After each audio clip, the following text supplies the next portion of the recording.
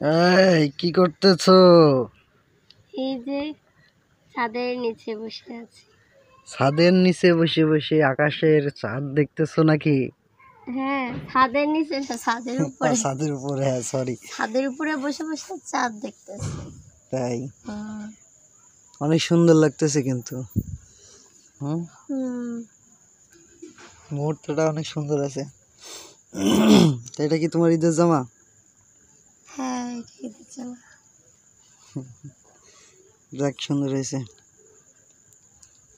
আসলে এটা কিন্তু আমি চয়েস করে দিইনি, মৌ নিজে চয়েস করে নিছিল। আমি বলছিলাম অন্য কোনো একটা নিতে, কিন্তু এটা জোর করে নিছিল।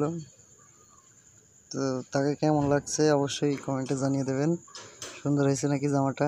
কেন ভালো লাগছে না? সেটা কমেন্ট বক্স চেক করলে বোঝা যাবে, যদি কেউ কমেন্ট করে। নতুন জামা সবসময় ভালোই লাগে, বুঝছো? যাই হোক, ওই যে উপরে একটা ছাদ দেখতেছো? হ্যাঁ, হ্যাঁ। ছাদ কিন্তু শুধু উপরেই থাকে না, নিচেও অনেক সময় থাকে, জানো? কই? এই যে একটা ছাদ এখানে রয়েছে। সিনেমার ডায়লগ বলতেছে? না না, সত্যি কথা বলছি। ওই দেখো একটা ছাদ, আর এই দেখো নিচেও একটা ছাদ আছে। আমার কাছে তো তুমি ছাদের মতোই, তাই না? কত সাধনার পরে তোমাকে পেয়েছি। ওই চাঁদটা যেমন অনেক সাধনার পরে হঠাৎ করে আসে, তাই না?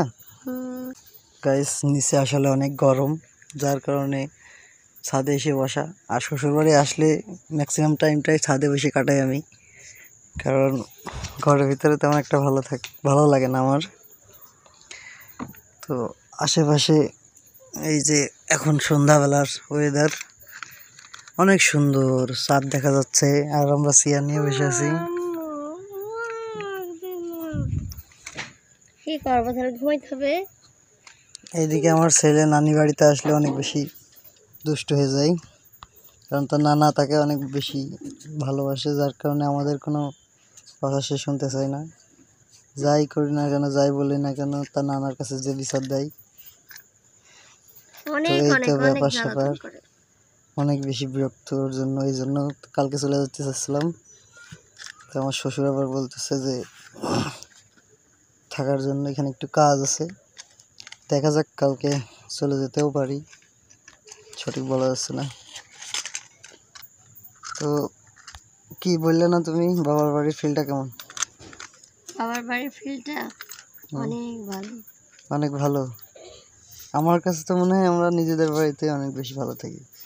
হ্যাঁ, আমাদের যেখানে বাড়ি আছে, শ্বশুর বাড়িটা যেখানে থাকি, সেই বাড়িটাও অনেক নিরিবিলি, আমার কাছে অনেক ভালো লাগে। বলছি বহুদিন পর বাবা মায়ের বাড়িতে আসা একটা শান্তি না? তা তো অবশ্যই, তা তো অবশ্যই। পাগল হয়ে গিয়েছে সে, লজ্জায় কথা বলতে পারতেছে না, চেষ্টা করতেছে। তো বড় হলে তুমি কি ব্লগার হবা? হ্যালো গাইস, শুধু হ্যালো গাইস গাইস কি দেখবে?